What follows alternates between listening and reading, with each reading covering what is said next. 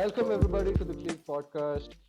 This is a podcast where within the DAO space, it is hard to keep track of everything on your own. But now with these bunch of co-hosts and the fantastic guests that we have here, can now traverse the entire DAO space to get alpha and valuable insights from the people who are down in the trenches to make the DAO space the future of coordination and make a paradigm shift for humanity.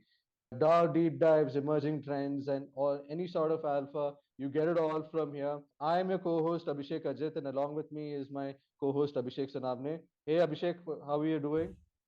Hey man, fantastic. How are you guys doing? Hello, Marco. Hi, Abhishek, and thank you for having me here.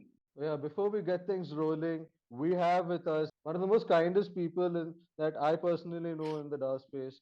I've had the opportunity to interact with him while I was at Parcel, and the sort of knowledge and depth that he has, the sort of respect that he has within the space is also pretty fascinating. We have with us Marco Grendel, who is the operations lead for PolygonDAO, and he was also one of the most instrumental people for operations at BanklessDAO as well. In the last episode, we would have heard of Coach Viking also, who's been a real passionate supporter of the sort of work Grendel has been doing. Hi, Grendel, how have you been? Thank you, and it's a pleasure to be here. I'm very good.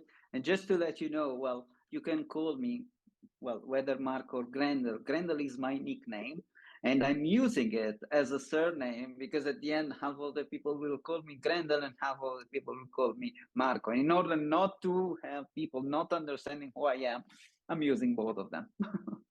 Okay, And but this is part of what we are going to talk about, of course, because it's about the reputation of people.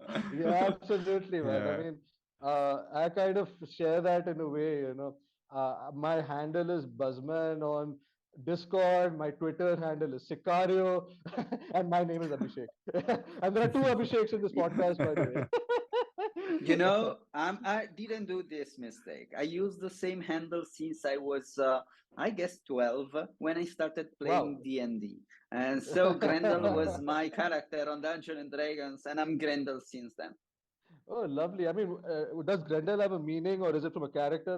What is it about? No, Grendel is a character, is a monster in the Beowulf. That is, one of the first poem in the English literature. And well, it was a great character, even if it is scale kind in 3 pages. But anyway, it was a great character. I mean, it's a fantastic name, man. It's like you kind of imagine a warrior or something, and seeing how much you fought in the dark trenches, I'm not surprised. It's kind of fit you quite well. So, let's get things rolling. I want to kind of get straight into the topic itself. Before we get into that, I want to know from you. I don't see a lot of episodes about you, in spite of the work that you've done. What is your story, Marco? How did you get into cryptocurrencies, and what were the values and the experiences you've kind of had in your life that connected you so deeply with DAOs? Well, I was linked to IT since years. I was a dev, I was a system administrator, I was a project manager in a company that was working in internet 1.0 while I was studying in the university. I changed a lot since then because then I worked with another company that was more related to media. Then I started my own marketing company, and but I was also always, of course, fascinated about the development of the IT, of the mobile world, of the internet, and so on. And of course, I heard about the blockchain and so on. And on 2016, I decided to learn something more. And because I was very terrible on investing, I can tell you, I think that is more common than it seems, but I was terrible. So I decided that the only way to be attached to it, to learn, was to work on it. So beside collecting tokens without selling them, it was just kind of, researching while buying 5, 6 tokens, 10 tokens on some project. Collaborating with some of them was very interesting. And as someone that started not so early, but anyway, early in the crypto more social phase, where projects started, where project based on many projects started. Well, it was interesting because you had the chance to work on so many roles. So I could be some dev, I could do some dev work, I could do a project manager, I could do marketing, I could work on community. It was fascinating because you could do a lot of groundwork, and I am passionate about groundwork when it comes to understand what is happening, because you know that there will be some great minds, some great people that are able to give the vision, give the strategy, and explain others what to do. But it is on the ground level where you actually see the engagement, what people are thinking, what the others, as that they are like you, are doing there. So you can learn from their mistake. You can learn from your own mistakes to grow your conscience on how Web3, in your opinion, of course, but it is something that becomes kind of a global conscious between many people, what it should be done. Then I started in 2018 an IT company with some friends. We were researching smart contracts and so on. And then with other friends, I started working on blockchains. And then we started building some NFT projects and NFT collections on top of first of Ethereum and then to Polygon. That's how I was in touch with Polygon. On the DAO space, in the meantime, I own some tokens, some governance token from protocol DAOs and so on. But I never had the chance to interact, to participate. It was more on the learning phase. What really, I can say, changed the story was actually BanklessDAO. Well, I was listening to the podcast, I was reading everything that was coming from Bankless, and becoming BanklessDAO member, well, just in a turn of a day, without even know what was going to happen, was a great experience.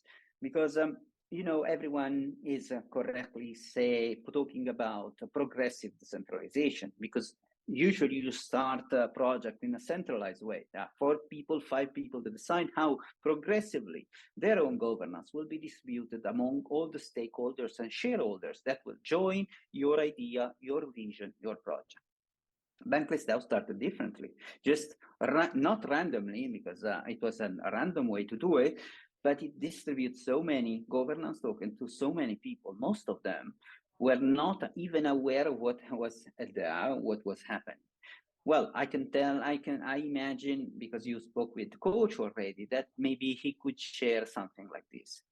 And this was this season 0 of BanklessDAO, and also season 1, that I always remember. It's one of my most fascinating, exciting, and incredible time of my entire life, anyway, because it was like having people that are becoming a community, are becoming a digital nation, as now we are talking about, and they're trying to find a way how to interact with each other, to build something together, to learn about structure, to learn about aims, to learn how to achieve the result that every one of us has in mind. And so you could see this homogeneous and disorganized amount of people trying to find a way on how to do it. And it was amazing. From them, I met so many incredible people, incredible DAOs. I work also with, with Forefront, and Forefront people are always on my heart, I can tell you, as well as, well, everyone in BanklessDAO. And if there is something that I love is randomly sometimes meeting people from BanklessDAO around the world during the events. And it is always as finding a relative that you really wanted to meet and spend time with him or her. And so this is how everything started. And at one point, Polygon was looking for someone that had to take care about the DAOs and so on. And this is where I started working for Polygon. At the end, I just turned on Polygon, and I can tell you that all the decisions that I made since I decided to start contributing to the space, to the Web3 space, to the crypto space, I can see all of them, could be good or not, but anyway, were the best decision that I could get in my life.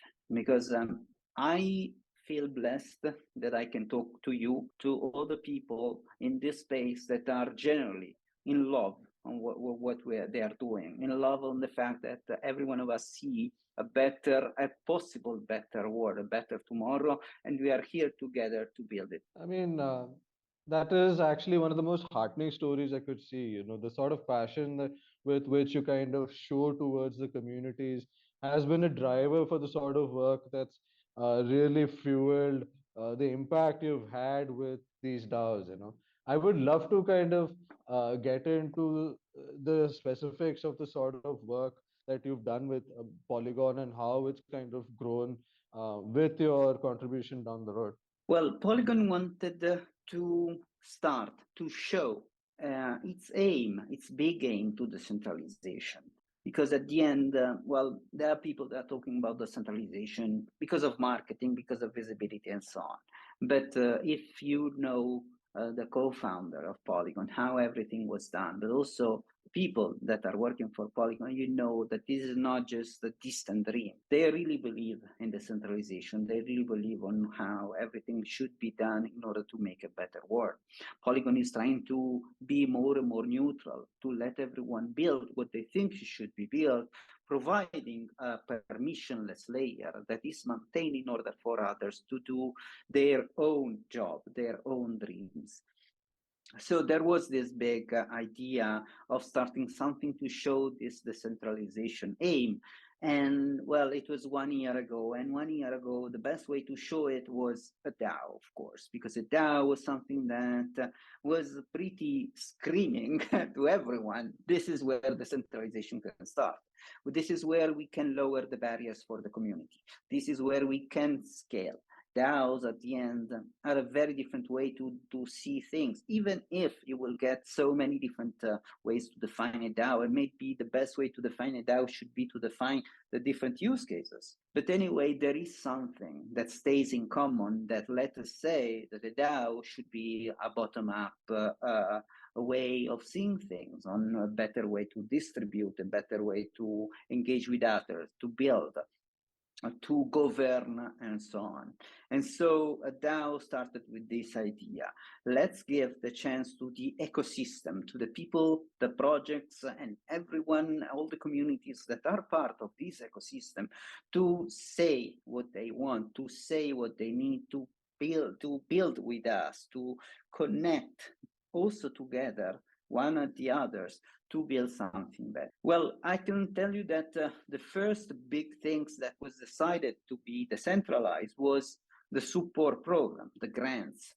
The grants, you know, are usually and still are, unfortunately, also on the PolygonDAO, even if we are working hard on this aspect, a very non-transparent thing. Because at the end, if you have to take a decision and you would like to make this decision fair, there will be always so many centralized aspects, too many subjective ways to evaluate that will make it not so decentralized. So a grant process, the grant process that we decided to build was based on common criteria, some criteria that were kind of common on all over the ecosystem, and evaluation framework that could be participated on its making by the communities and by the project.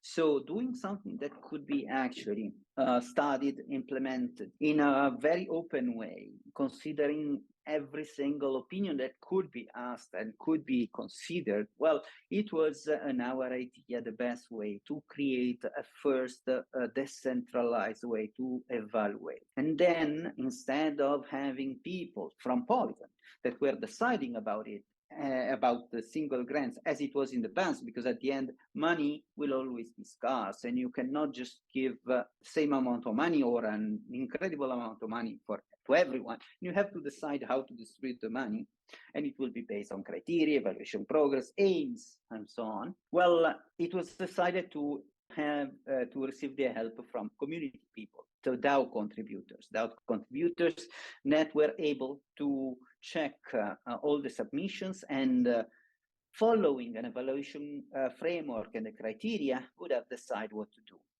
At first, this job was provided by what was called the PolygonDAO, Polygon Ecosystem DAO was the first time, Genesis team.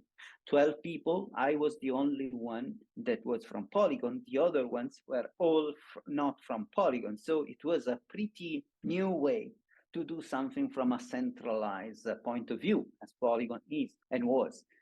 And then we evolved it now as we evolved the support program, including not just the Genesis team, because the Genesis team should be limited just to the season 0, let's say, but to people that are coming from the DAO itself, so the contributors. Of course, there will be always a better way to decentralize and so on, and we are working on it in order to make it happen. But anyway, this is what we decided to do at the start. With this, of course, it took a lot of bandwidth. There were other initiatives that were taken, and it was mostly something that we discovered from time to time, that at the end is and was connecting dots that we could see, because we had and we have a privilege, a view on the ecosystem between projects that don't know one to each other, or projects with communities, community with community, to give them the chance to grow and to build what they are aiming for. Because in an interoperable and composable ecosystem as the one that everyone would like to build, well, you should not reinvent the wheel every single time. There is something that you can actually use.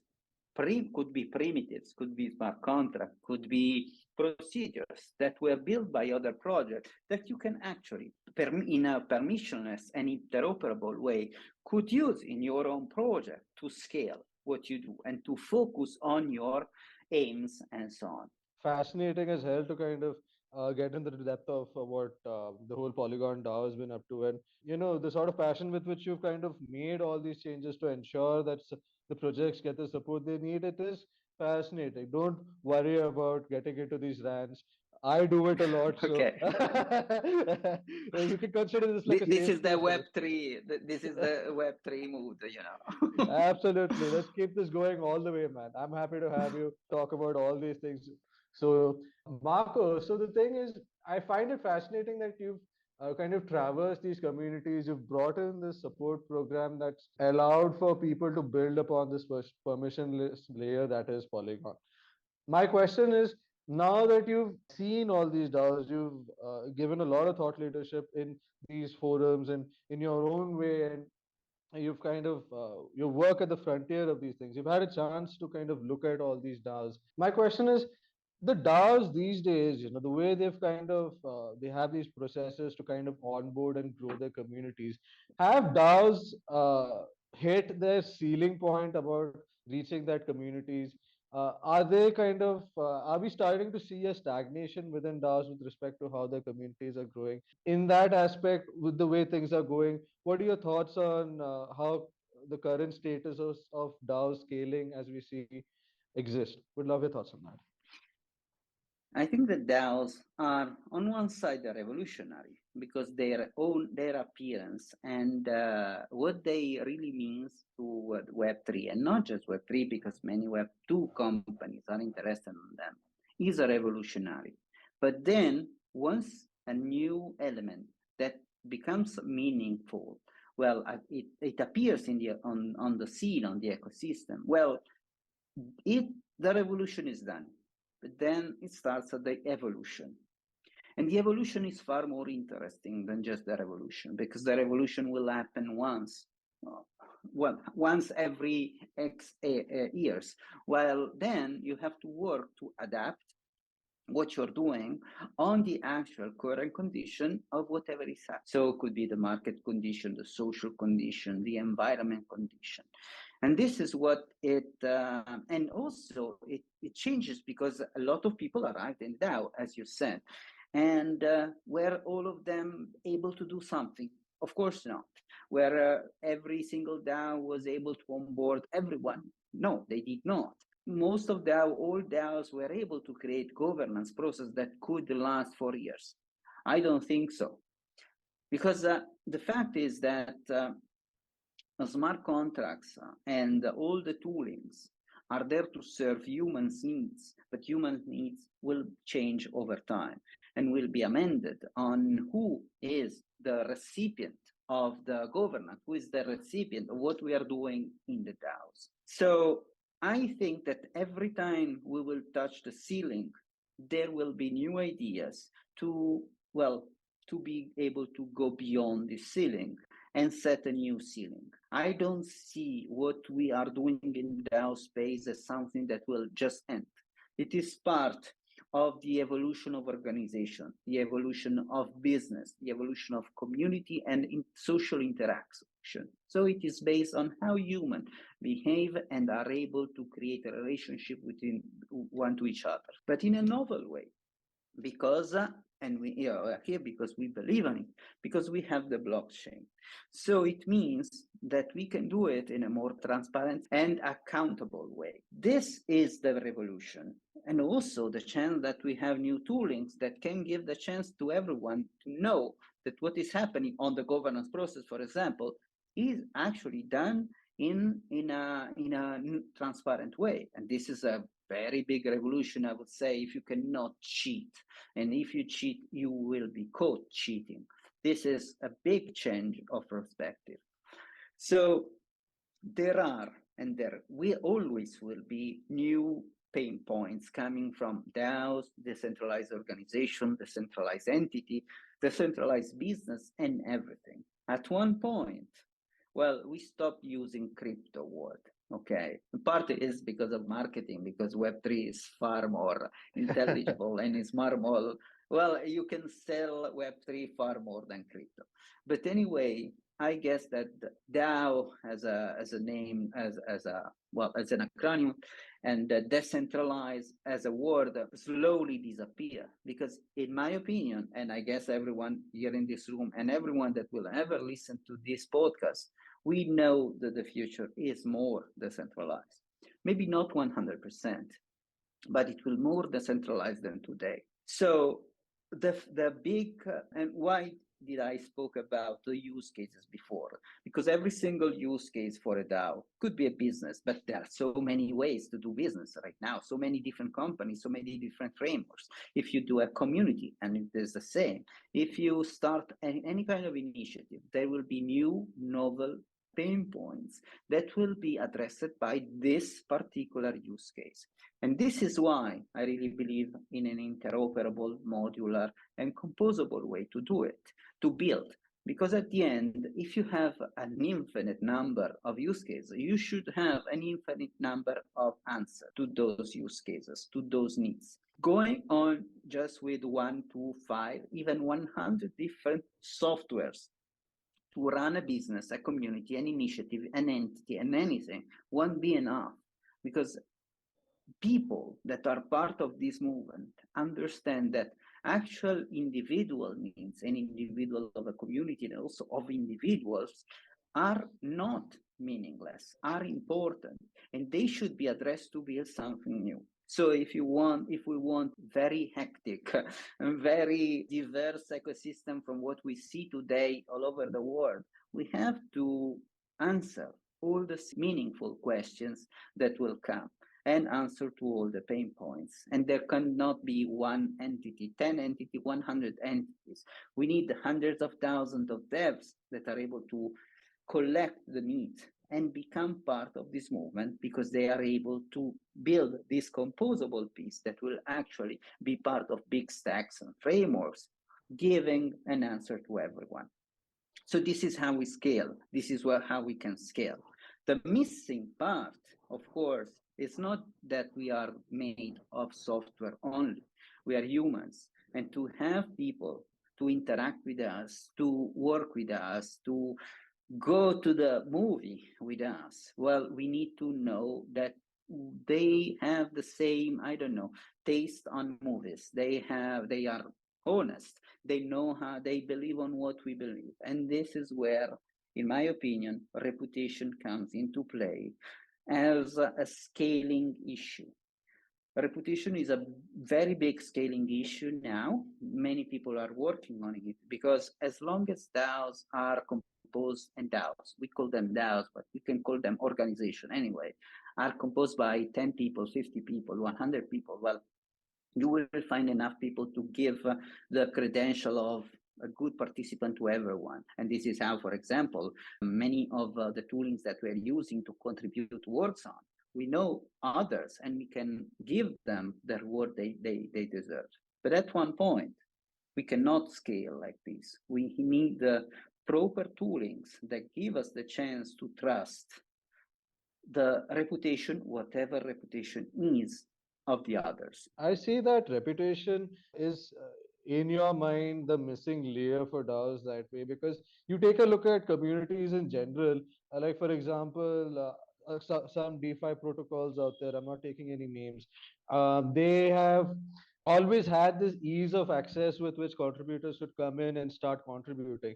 But then the more you kind of allow for this sort of ease of access, it becomes difficult to deal with the horde of contributor interest that comes in, and you're not able to sift out what is actually the most impactful one that is relevant to your community right now. I just happened to listen to a Bankless consulting session with Pankar and Feems the other day, where they mentioned that one of the main reasons for MakerDAO having to revamp its entire governance was that they were plagued with so much proposals. They were having so many people just come into the Discord and want to deal with that whole thing. I can even imagine why Bankless has one of the most, I mean, in terms of traversing, one of the, it's like worse than Dungeon of Dragons in terms of the amount of Discord channels you have to This deal is with. a great example. Yeah, I agree. It's like a dungeon in Dungeon and Dragons. Yep. Yeah, so but and it's come because there has been no proper system to sift out the people who can really make it for the DAO and the people who are just interested. So in that sense, I kind of see a lot of burnout with these people who are trying to make this community a real lean and a real impactful one. So why has in reputation been that missing link that you feel could fill up the gaps here? I mean, what was the origin for it? What have you seen in your communities, or some sort of experimentation that makes you feel that reputation is a way to go that can solve this for you, these communities to kind of onboard or hire people? Well, I guess that what I'm feeling after your question is also what you feel and what everyone is feeling. I would like to start from one, how you define the reputation as a layer. And I agree 100%. Reputation is a layer and must be an interoperable and permissionless and open layer. Should not be confined to one chain, should not be confined to one ecosystem. Because a reputation that I have, and then we will talk about what the reputation means, in my opinion, at least for, well, it should be the same that I can have as I am traveling from one country to another with my passport and with my, I don't know, track records of crimes that I did or did not commit. Hopefully, I did not, and this is why I can travel. But anyway, this is how reputation, this is a negative reputation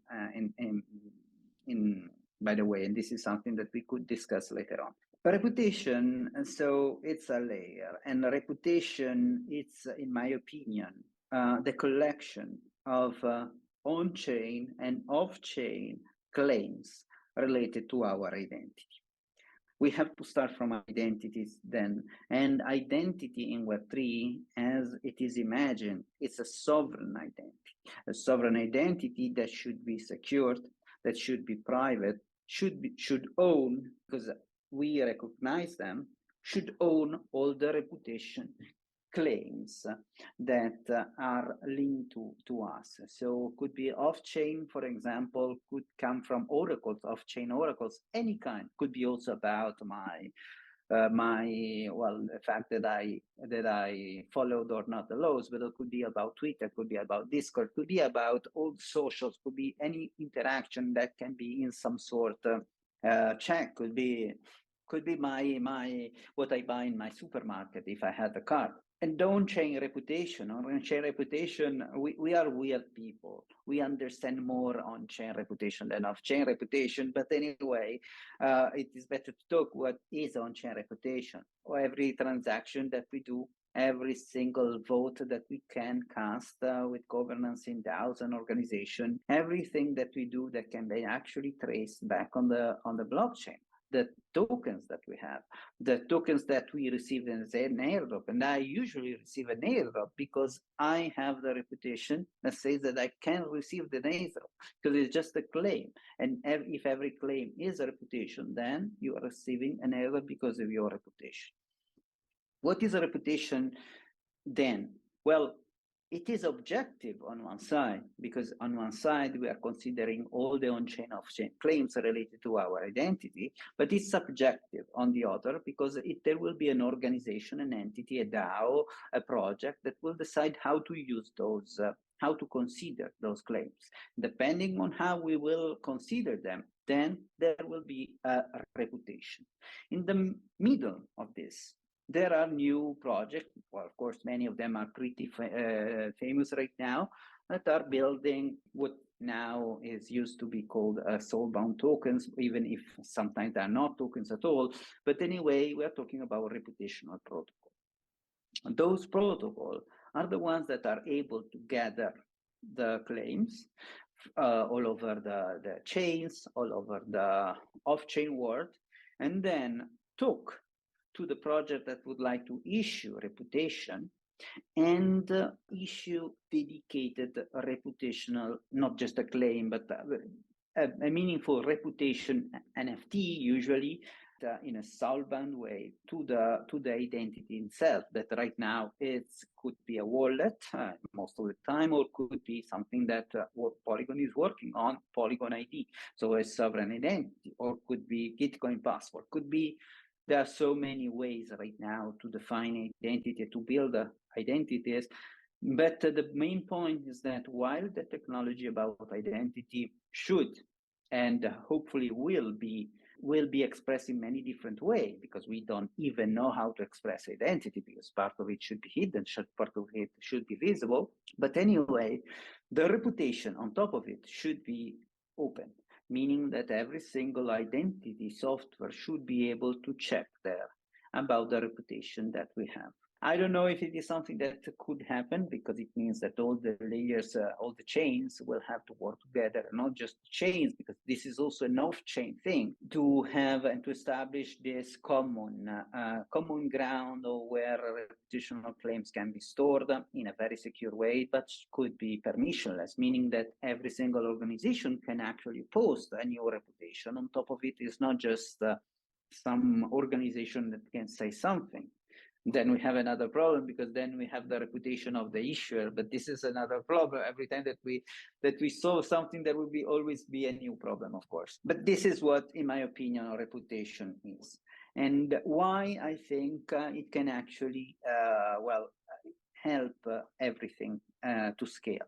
I think that it can scale from many points of view. Many of them could be common to all the use cases, and some other reasons are related to particular use cases. The common use cases is could be, for example, that finally I am able to understand who the people that are members of my organization, of the DAO, are, or I can, based on the reputation that I, as an organization, decide to have inside the community, I will shape my community. Our reputation is important because we can scale, because we cannot know everyone. Could be also just on Discord, but anyway, if I'm talking since months with someone on Discord, I kind of know them, or I kind of know them because they are working in protocols, in projects that I'm working with. But we have to scale, adding people that are arriving every single day from an outside world, a non-Web3 world. The best example that I can give is always the time spent with many others BanklessDAO members in the introduction channel of BanklessDAO. The introduction channel is where new people are arriving. Most of them are arriving from Web2 worlds with valuable and measurable skills, they don't know how to use them. Okay, but then they arrive there, and there is no way to know, first of all, if they are telling the truth or not. And then you have to actually work with them in order to understand if their skills are good for the space, or they have to learn something else, or they should do something different from what they were looking for. And also, you never know if someone that is coming is willing to attack BanklessDAO in this particular case, is willing to create some problems around. We don't know who we are. But we don't want anyone should want to know exactly the identity. I'm not talking about the identity. I'm talking about the reputation linked to an identity that I don't want to know and I don't want to be revealed, because the decision to reveal an identity should be on top of each one of the individual and should be a link to one-on-one links, and not just because I do it once and then everyone will know who I am. So if we are able to have the reputation linked to those people, and they could have the same with us, it will be simpler. Of course, in the perfect world, we could see those infinite metrics that can overlap one to each other, metrics of reputation, that I am a fan of Inter Milan, and that I like this and that. And then if someone is approaching me with those similar tastes, similar ideas, and so on, well, it will be simpler for us to talk because we will have something in common. And so we see, but we have to decide which reputation to use. And as I was saying, each single organization, we have to decide which of those metrics to consider as valuable. And inside the matrix, which are the values that are considered positive and which are considered negative. In this way, every single organization will be able to decide if the people that are approaching, the ones that we are going to work with, and for them the same with us, are the people that we would like to work with. Of course, this could sound very deterministic, and it's not. We are talking about humans, and we are talking about reputation, not a way to gate people out, but a way to facilitate meeting others and understand others. And this is why I think reputation means, from a very general point of view. Reputation is different on DeFi. And on DeFi, if someone joins my protocol, I would like to know if they stole amounts on another protocol. This could be a big differential. Or because my offering as a protocol, as a DeFi protocol, differs on how much someone is expert, on how much someone is used to spend, then based on their preferences of live preference, I can offer them something more, or award them membership level as airdrops that we discussed before, because you have the claims that give you the chance to be someone else. Not someone else, to have another level. I kind of empathize a lot with the statement that you mentioned, that reputation is very subjective to the sort of vertical and the DAOs that kind of issues that sort of reputation. If you're looking at DeFi, absolutely, have you kind of the credit scores? Have you made any sort of crime? But here we are kind of seeing reputation from the perspective of who can be valuable for a certain community. And looking at the way Web3 is kind of organized, DAOs in general have evolved as wanting to have this humane, this idealistic antithesis to the Web2 world of this corporate monolithic structures. So, my question here is, do we see the creation of reputation in the same way it's worked out in Web2? I mean, if someone, the way reputation systems work right now in DAOs, you get a badge if you're a PolygonDAO member. You say hi in a Discord, you get a badge for that. You probably type something in Notion, you get a badge for that. Probably you do something good and meaningful. Probably you did something a dev. So what I'm trying to say is there's a badge for everything, and gradually that will become realistic to form its own reputations. So should there be some sort of negative scorings also? I mean, how does that impact the psyche of the community who's been so positively reinforced upwards, how do you kind of bring in those realistic forms of reputation in, where on one hand you are making the community productive, but on the other hand, you don't bring in that sort of tiptoeing sentiment that just kind of loses the whole fun of operating in a DAO? Well, the DAOs are based, not just the DAOs, but we are talking about DAOs, are based on incentives. The incentives are what I receive because I am behaving as it is supposed to do. The blockchain works the same on the proof of work blockchains. I'm receiving incentive because I am a good participant. The proof of stake blockchain, it is the same. So we are always talking about 99% of the time, we are talking about positive incentives that are positive reinforcement for a good behavior. A good behavior means that it is compatible to the aims of the ecosystem project DAO that we are part of.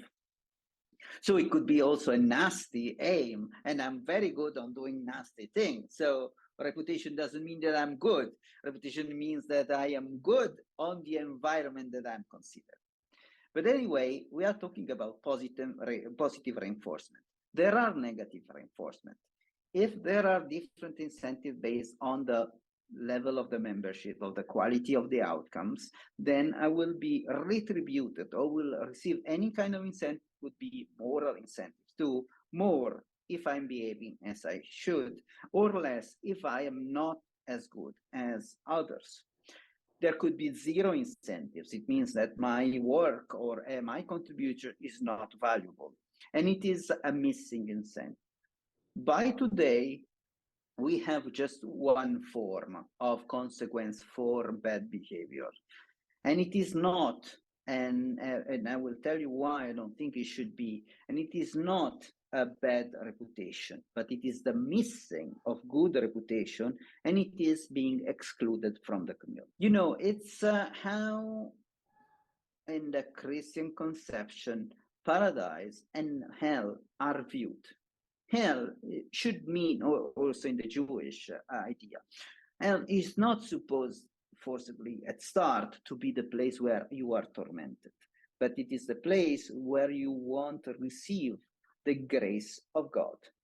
So it's the absence of an incentive to be good. If we want a negative incentive, I think that we have enough in the off-chain world. So we have laws, we have norms, we have normative frameworks. We know that if we will steal something, well, there will be the police. Even if we steal something on the blockchain, and we will have a way to identify who is it or not, anyway, we have negative incentives. But we are talking on how to make work organization based on people. And as long as we have positive reinforcement for good behavior, any good behavior is, in my opinion, it is the best way to proceed. And it is also simpler. But also why it is difficult to have reputational claims that are negative. Because if you take it from a sovereign identity point of view, the claims should be accepted by me. So I accept this reputational claim to be a member of the DAO. I accept a reputational claim that I did something because it becomes soul-bound. If someone is sending me something without my acceptance, then, well, we are kind of losing the idea of sovereign identity. Of course, when we talk about claims that are off-chain and on-chain, some of them could be negative and could be verified. And so actually, we have negative reputation.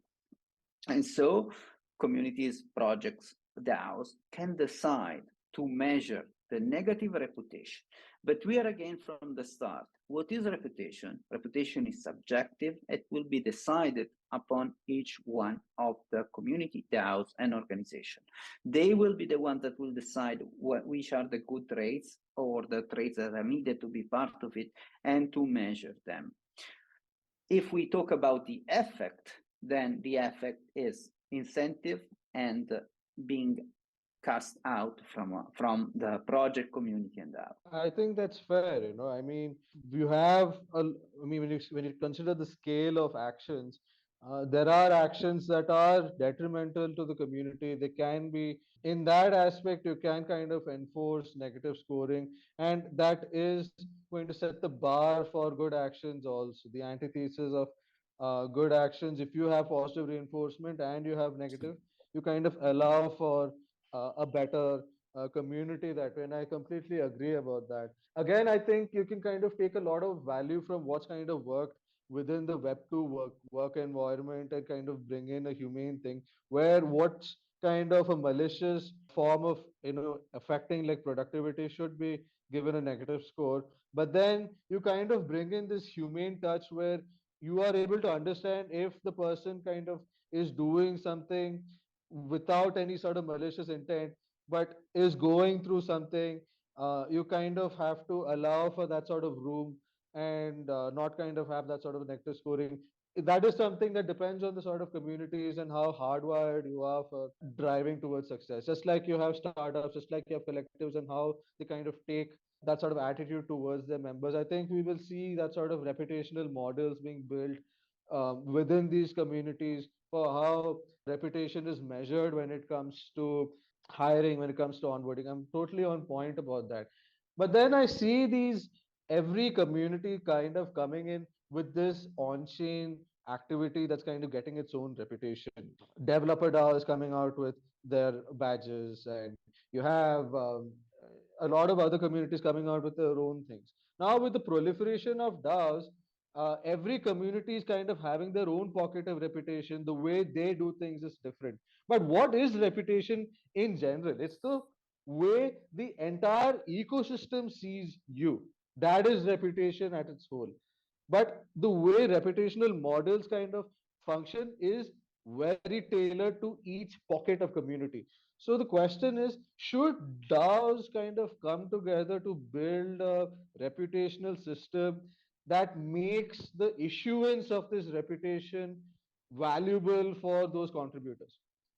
Because if you have these pockets of reputation and it has no value outside, what is the incentive for contributors to come in and really work for that subjective DAO reputation? I guess that at one point we will have common ways to express reputation. Those are reputational claims, how to build them and so on. Because at the end, we are talking about having standards, and mature markets become mature because they have traceable and understandable standards.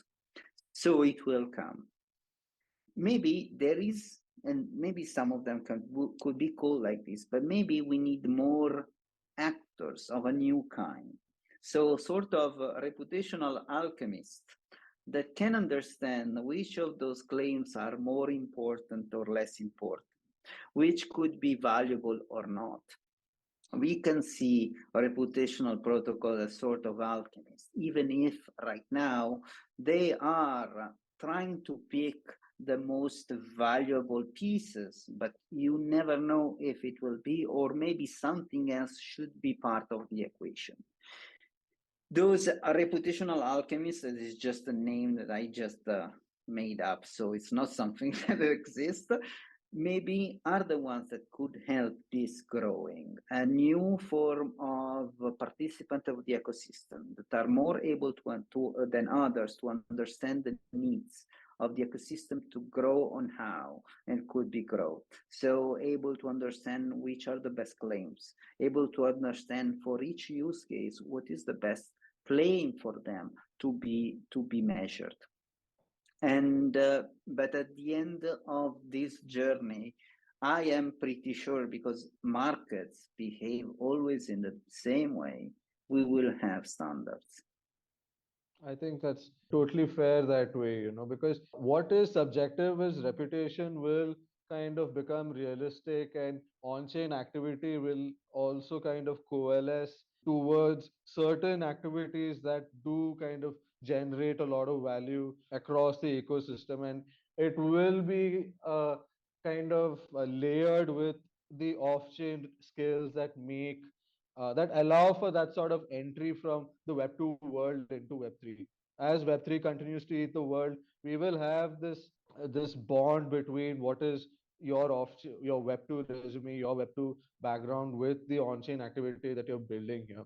But I would like to take a step back and just kind of ask, because I know that we're kind of short on time also over here, and is that the reason why reputational systems become kind of necessary is that one of the reasons is you are not able to sift out the right contributors, and you can't have that ideal community. So at the same time, the community, sort of contributors that come in may not vibe with the sort of community identity that exists.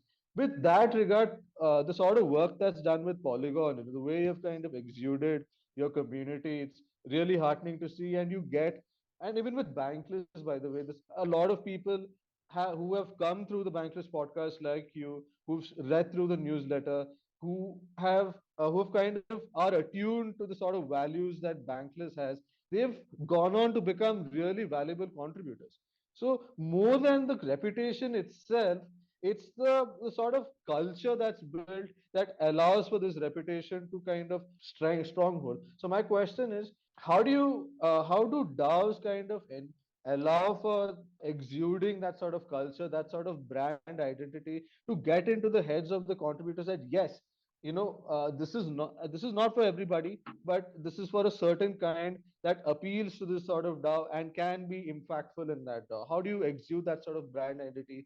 How do you exude that sort of culture? Polygon has done some great work on that. I would love to hear how you guys do it, and what's your advice to DAO operators that way. I guess that this brand awareness of people that are part of BanklessDAO or Polygon, and the reputation that they are able to share over time. I was talking with BanklessDAO members, some fellows from there, a few weeks ago, on how we could define our experience of BanklessDAO and BanklessDAO itself. We can see that there are so many people that learn in BanklessDAO, and now they are participating to the overall Web3 space. Most of the time they are not talking about me, of course, but I can give you so many examples of great people that were and still are most of the time in BanklessDAO that are able to provide new ways of doing, new ideas, and to build more and more this ecosystem. And why those people have this reputation? What give them the chance to do what they are doing? It was just because they were listening to a podcast or reading the same materials. I guess part of it could be because reading the materials and listening to the podcast, we are anyway referring to a kind of thought leadership that is coming from someone. And we discovered ourselves on some kind of same attitude, same ideas, and so on. And so you need vision. And Polygon, well, I don't think that no one in the crypto space doesn't know about Sandeep and the others, of course, JD, Mihailo, and Anwar.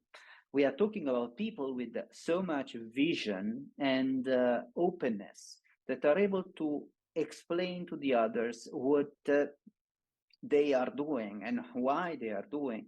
And so you will see everyone that is working there, as in BanklessDAO, learning more and more from this leadership and also beneath these ideas. And because we are talking about people that at the end are likely minded because they are there will be something that will come that we can call a reputation once they are out, or even if they are in. But at the end, I would indicate it more as education. Education means that every one of us, once is able to build something, and we are not just there listening to the builders, we have to tell them, the others, how to build. This is our reputation. Our reputation should precede us hopefully in a good way, because not just because of what we built, but because the support and the help that we gave to others. In my opinion, of course, I work for Polygon. You will think that I'm saying it because I am from Polygon, but my experience on Polygon, my experience on BanklessDAO, my experience on Forefront, my experience with so many projects, and I'm sure that everyone that was and is in MakersDAO, for example, can tell you the same as main important organizations that are truly Web3. Anyone learn from someone else, and everyone is here to teach the others. And not because I am teaching, but just because my example, my way of doing things, my availability and my bandwidth to support the others is the best way to create this reputation on one side, to educate the others, and to let this overall reputation grow, because then we are adapting to each other. If there is a new idea, everyone will make this great new idea a part of what is built.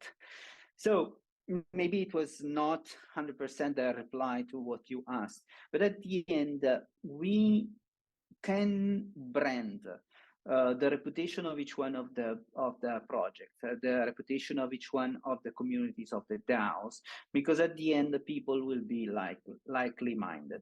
But at the same time, we are again talking about different metrics of reputation. I have the reputation of Polygon. I have the reputation of BanklessDAO. I have the reputation because I know you. I have so many reputations that are composing my own individual single and different from others matrix of my single reputation, but inside of them, I can recognize the patterns that I'm following. And it is very difficult to see that the way that I act on Polygon will be different from the way that I act on BanklessDAO, the way that I act if I join another project, and so on. So not exactly sure how I can define it. I don't think that people are invited to follow a reputation, as well as a standard behavior that is meant a reputation. I don't think that people join projects and DAOs because they are looking for a standard behavior that they like, but they will retain their membership, they will retain their contribution if they find themselves in the good way, in a good spot for them. So reputation for Web3 right now should just give the way to understand what is happening, to give the chance to everyone to be able to understand others without knowing their identity, as I was saying, and to create the condition to scale. We should not exaggerate the understanding of this reputation in order not to enter too much in people, interest in people, ideas, and so on, of course. And that's why a very secure and private layer should be in place.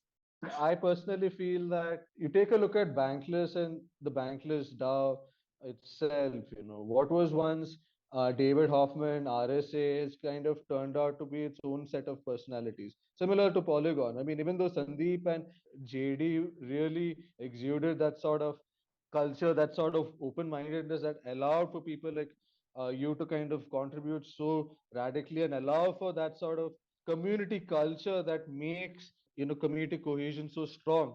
That sort of ability to kind of be involved with the community right down at the ground. I think that sort of openness is key to kind of building that sort of community culture and that reputation that goes a long way across the space. And with that regard, I just have one final point to make, and that is, what are the experiments that you see, the tools that you see in the reputation system that you kind of find very intriguing? Well, this is where my neutrality would prefer to be shown. I don't want to mention projects, not because I don't have favorite projects, I don't know great projects, but because of my role, I would not like to promote anyone. Also because I guess that everyone that is doing this job in a good way is promoting itself in a very good way. But I can tell you that I see very good people, very good projects. Some of them are coming from BanklessDAO. Some of them are building on Polygon. Some of them are building elsewhere. But there are great ideas. There are ways to build in the best way, in a composable way, as I was saying, in an interoperable way, in a chain agnostic way, because on permission on the repetition is very important. And I guess that many of them will become pretty common to everyone in the future, in the close future. There are many. I would like to mention them, but some of them, of course, are friends. Some of them, I don't want to avoid or forgetting someone, and it would not be nice for me to do it. So what I can tell is just to, keep an eye on what is happening. On one side, because it is important for the space, and on the other side is because they are actually looking for partners, all of them, that can help shaping this new frontier for DAOs and organization. And it is very, very important. I am excited for it. There are times that I can go on talking about it all day, and I am sure that it will become a big thing soon. Absolutely. The sort of reputational models that can be brought up, actually, it's pretty neat. I mean, personally, what Orange Protocol, the sort of campaigns they're doing with Talent DAO, the sort of campaigns they've done with Aave grants as well as Meta Cartel, that's kind of an example for the sort of reputational onboarding that we kind of see. That and the I'm Humpty is from BanklessDAO, so so your bias is showing a little there.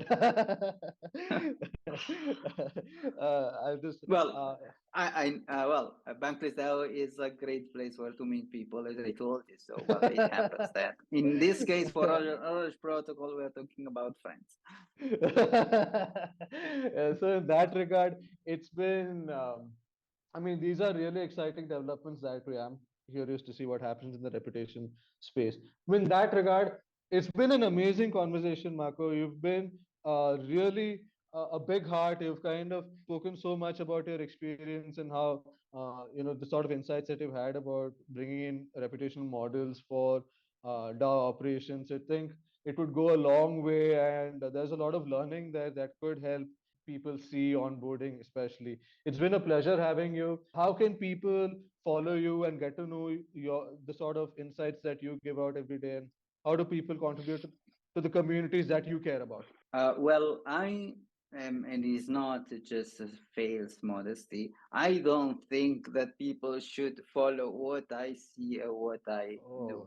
I think that just working in the space, it will happen for many to talk to me as well as many others. And I will be always happy to support, compatible to my bandwidth, but I will be always ready and happy to support the growth of the space. Okay, so even if you don't kind of come out and ask people to follow, we are going to do that for you. Love you. You can follow BanklessDAO. You can follow PolygonDAO. Very happy about it. But okay, we are going to promote the hell out of it because we love you. We love the insights you've done it. If you're not going to do it, we will. So in that regard, thank you so much for joining in. Abhishek, thank you so much for awesome conversation. Yeah, man. Marco, you are brilliant, dude. Thank you. Really enjoyed it. Thank you.